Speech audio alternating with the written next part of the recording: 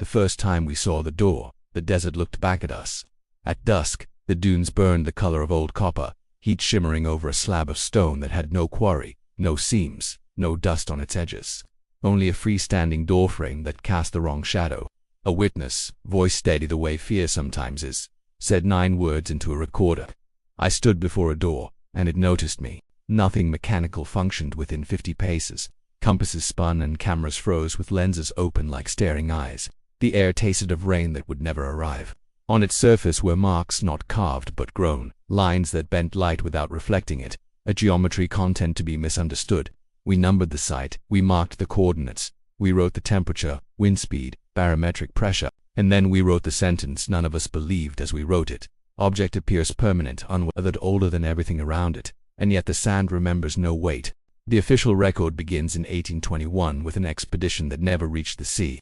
A single ledger survives, its pages salted with grit, noting an aperture standing unaffixed amid the waste, followed by a neat column of distances the map cannot explain. In 1919, a survey team rediscovered the site, filed a sealed memorandum.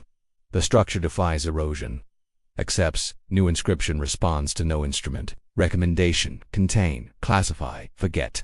After 1954, the file grows fat with redactions. A black river running through decades of typewritten caution. By 2060, the door acquires a new designation and new fences you cannot see. The record says the door does not open. It says that rumor is a side effect of heat and distance. It says that if there is a mechanism, it is geological and therefore slow. It says what records say when asked for certainty. The anomaly persists. The anomaly is inert. The anomaly is not ours. Data Folklore calls it a place the maps delete and the wind remembers.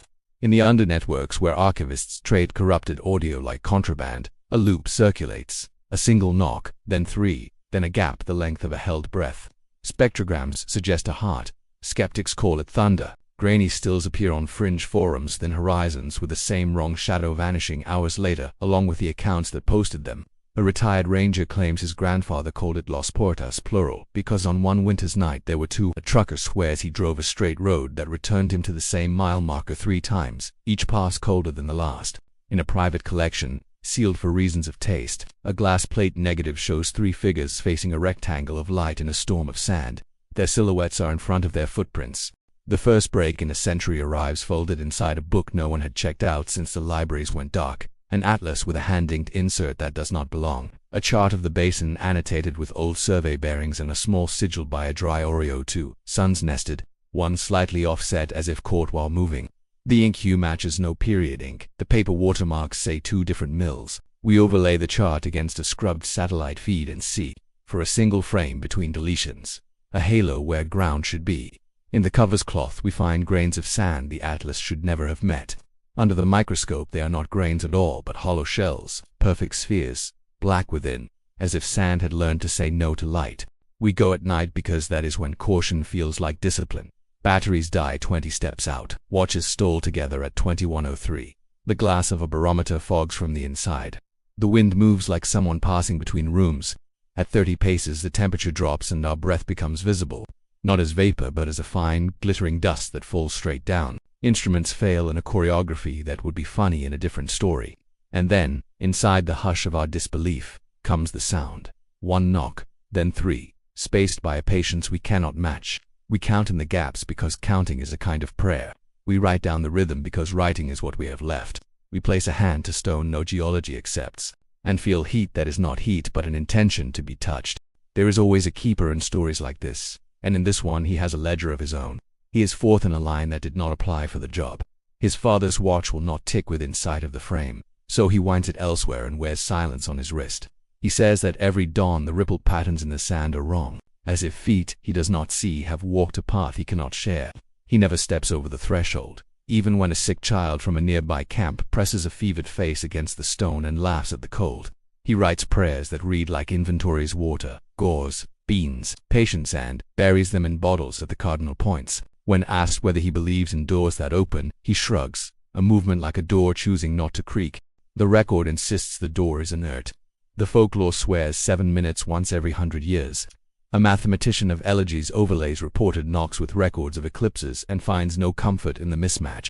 A meteorologist notes that when the basin's winds reverse, Barometric anomalies stabilize along a line that passes through a place our maps call unremarkable. We set our clocks not to time but to expectation. Choose a watch date drawn from superstition and arithmetic.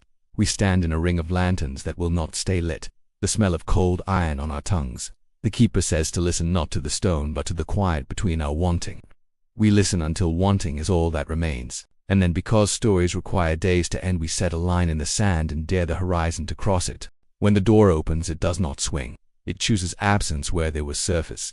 The air rushes inward with the shy violence of a theater curtain inhaling applause. Blue light, not electric but mineral, spills across our boots and up the legs of our shadows. Beyond the threshold is not desert but depth, a valley gowned in green and stitched with the river the color of first mornings. Above it hangs a sky that is ours and is not, and in that sky offset, patient as suns travel as if one were teaching the other how. The knocking we taught ourselves to fear becomes a slow, enormous pulse, like a heart learning restraint. We taste rain again. We do not speak because there is too much language here already. For 7 minutes the world remembers a version of itself we cannot have. He steps through because someone always does. We do not say his name because names anchor and anchors cut. His boots leave our sand and find grass that folds politely, and then the horizon decides he belongs to the other sentence. Our chords jerk. The camera's dead eye watches nothing. The light leans as if noticing the mistake we have tried to make. The keeper's ledger falls open on the wind to a blank page that will remain honest. The blue thins at its edges the way breath does in a bad dream. We count to steady ourselves and lose the count at 4. Someone laughs in the way crying sometimes sounds when it wants to be brave. The second son nods and the first does not object. The leader who was taught to measure now must choose to weigh. He can cross and become rumor, or stay and become record. He holds in his pocket a fragment of the atlas paper and a grain of hollow sand. One says go, one says tell. Behind his eyes the years replay, the sky that learned to burn, the cities that learned to whisper, the children quieted by smoke they could not name. The blue beyond flares and dims like a throat about to sing. He thinks of the statute that forbids the telling of certain truths, and of the smaller law that forbids the keeping of certain lies. He asks the door a question without words, and the door answers without language. Stand where you can be found. Closing is not shutting. It is a decision to no longer be required. The light withdraws as if embarrassed by what it showed. Air returns with the smell of metal wet from the inside. The sand recovers its right to be ordinary and fails. On the ground where our friend had been, we find not a note, not a sign, but a common handkerchief warm as a story still being told. Our lanterns relight themselves with no apology. The keeper writes a line and strikes it out and writes it again. We check our watches and find them all at 21:10, which is not when we began. Someone says next century, as if naming a season. Someone else pretends not to hear. In the official record we will file what can be filed: coordinates, wind, temperature, the failed devices, the anomaly observed for 7 minutes between silence and silence. In the archive we will keep 2 versions, one that survived the redactions and one that survived us. In the places where folklore does its careful arithmetic, a new entry will appear, a door that opened and a name we did not say. The desert resumes its occupation of looking like nothing has happened. Before we leave, a question remains on the air the way heat does after thunder.